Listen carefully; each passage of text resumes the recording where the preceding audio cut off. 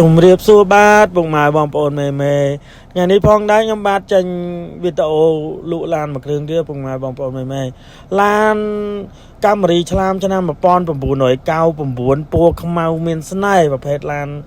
ស្អាតរៀបចំឲ្យអស់យកទៅប្រើចាក់តាសាំងឲ្យជីឯកសារគ្រប់ញាក់សាច់ពុកម៉ែបងប្អូនមេឡាននេះស្អាតមែនទែនប្រភេទឡានស្អាតរៀបចំឲ្យអស់យកទៅប្រើគុណភាព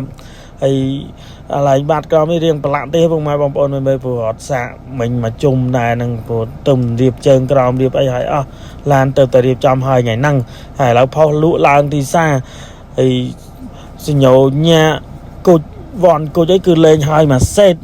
ហើយសម្រាប់ពុកម៉ែបងប្អូនមេត្រូវការតាក់ទងមកឡានរៀបចំហើយថ្ងៃហ្នឹងហើយចំពោះខាងក្នុងវិញគឺដេកូហើយមកស្អាតស្បែកពូកស្បែកចាំងកម្រាលជើង VIP Android 10 inch Android ធំមែនទែនដាក់មួយឆ្លាមគឺញាក់សាច់ហ្មងពុកម៉ែបងប្អូនមេហើយសៃម៉ៅមានស្នេហ៍នេះគឺចាប់ដើមរៀបចំហើយចំពោះពុកម៉ែបងប្អូនមេដែលតម្រូវត្រូវការឡានស្អាតឡានរៀបចំហើយយកទៅប្រើគុណភាពយកទៅប្រើចាក់តាសាំងឲ្យជីអាចតាក់ទងមកបានហើយឡាននេះខ្ញុំលក់តែតម្លៃ51ពុកម៉ែបងប្អូនមេ51ហ្នឹងអាចចរចាបានចោះបានតិចតួចទៀតពុកម៉ែបងប្អូនមេ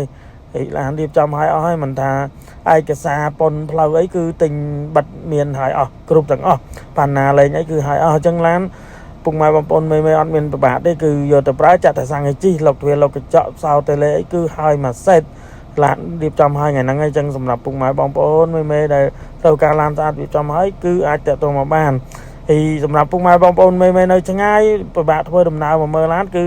និយាយតម្លៃទៅនេះក៏លុយយកទៅជូនដល់ផ្ទះហើយឡានស្ទើរតែរៀបចំហើយនៅមានច្រើនគ្រឿងទៀតពុកម៉ែបងប្អូនមេមានច្រើនគ្រឿងពុកម៉ែបងប្អូនត្រូវការតាក់ទងមកធានាដំណើរពិសេសជួន